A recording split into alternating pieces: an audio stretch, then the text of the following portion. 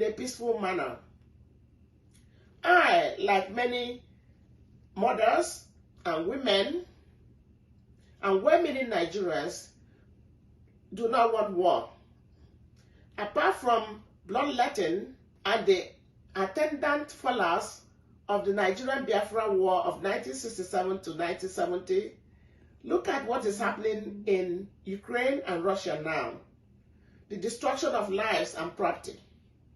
Properties and monuments of history that took decades to build are knocked down in minutes because of war, because of man's inhumanity to man.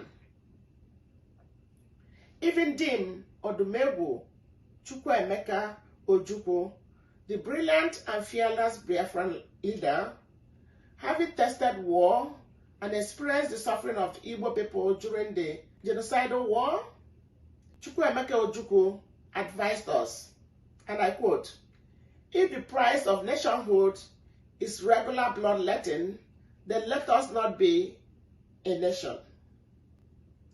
So peaceful dialogue and peaceful coexistence following restructuring of the violent torn nation will be collectively beneficial to all the diverse peoples of Nigeria. The time has come for women to talk to their fathers, brothers, uncles, husbands in politics and governance, to redirect their energy into meaningful service and welfare of the masses.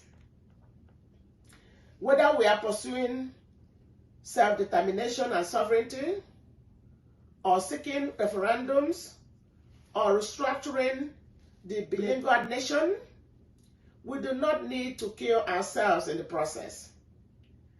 The current wave of crime and violence against humanity, the gruesome killings and beheadings of people, and growing cannibalism, the kidnappings and the torture of people, the massacres of innocent youths, the incessant attacks on villages and towns in Igbo land, and the runaway terrorism in Nigeria will never solve our problems.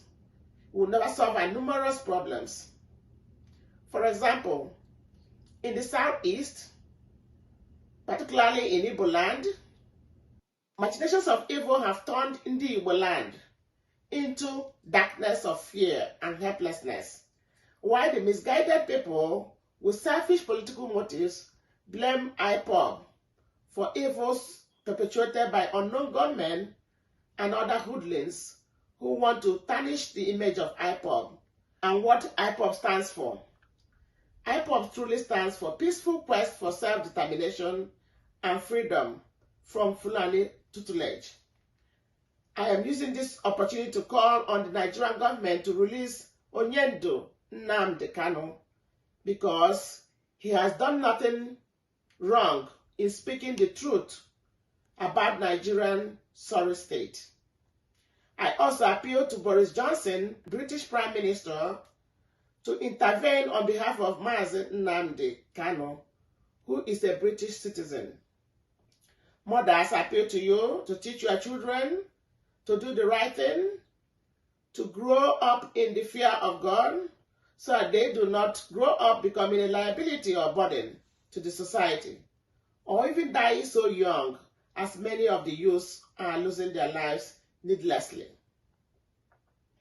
Charity begins at home, and if we fail to teach our children the right values and morals from day one, it will be difficult for them to depart from violence when they grow up.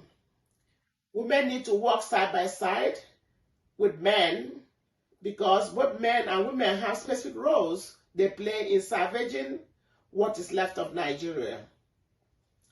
We need to emulate famous women freedom fighters like in the past, like Sojourner Truth, or that famous Igbo woman, Nwa Nyere Owa, the fierce and fearless Igbo woman that was not afraid to confront the warrant chiefs sent to her house to count her possessions for tax purposes.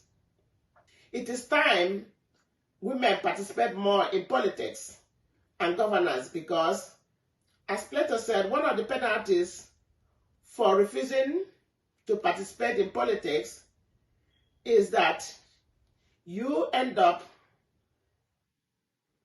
being governed by your inferiors, and shall I add, by idiots.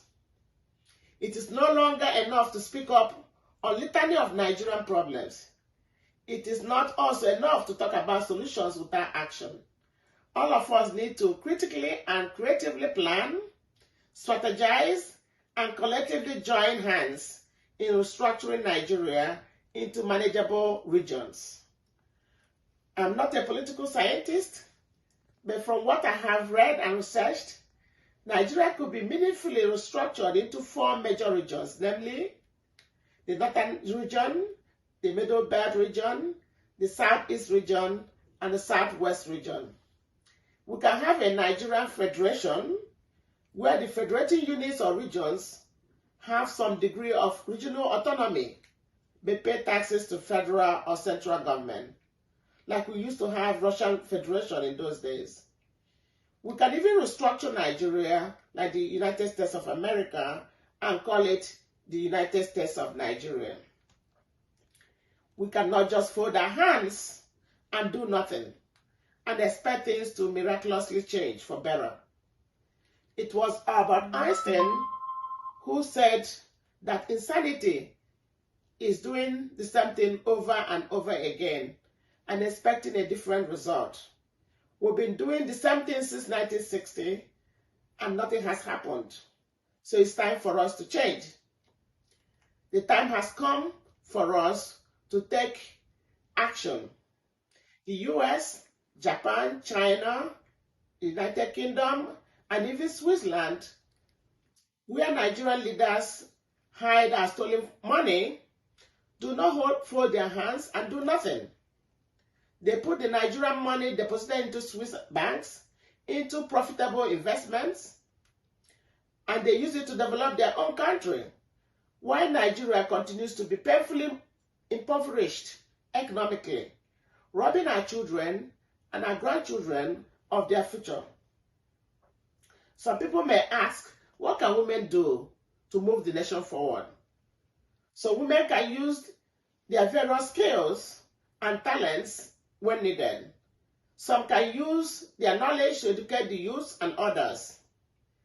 Some can share their creative ideas and disseminate information through different social media platforms such as Facebook, Twitter, TikTok, YouTube, WhatsApp, and so on. They can make calls to Washington. They can participate in protest rallies, peaceful protest rallies against the mayhem and lawlessness in Nigeria. Women can also contribute or donate money to World Igbo Congress to help those in Nigeria working for our freedom and self-determination. So women belong to different social organizations or associations for purely socialization purposes. But we can now start to form such women organizations whose main objective will be to work towards making our voices heard, sharing ideas, and putting these ideas into productive restructuring of Nigeria. There's so much women can do, and there's no better time to start than the present. Thank you all, and God bless. Bye-bye.